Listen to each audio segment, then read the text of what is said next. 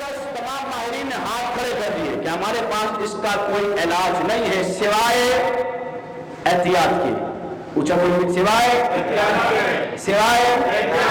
کیونکہ جان کی بات آ جائے تو احتیاط اور ایمان کی بات آئے تو احتیاط نہیں.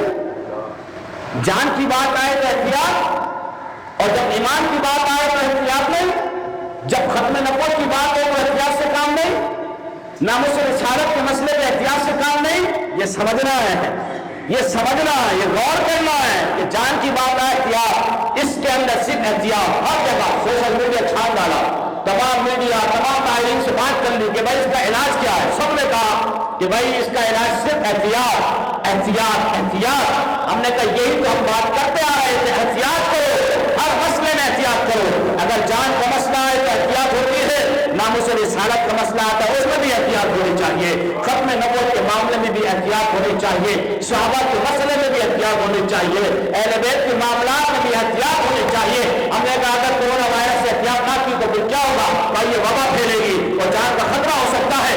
ہم نے کہا یہی وجہ ہے, ہم یہی بات کر رہے تھے اگر احتیاط نہ کی اور جان کا مسئلہ ہو سکتا ہے یا ایمان کا مسئلہ ہو سکتا ہے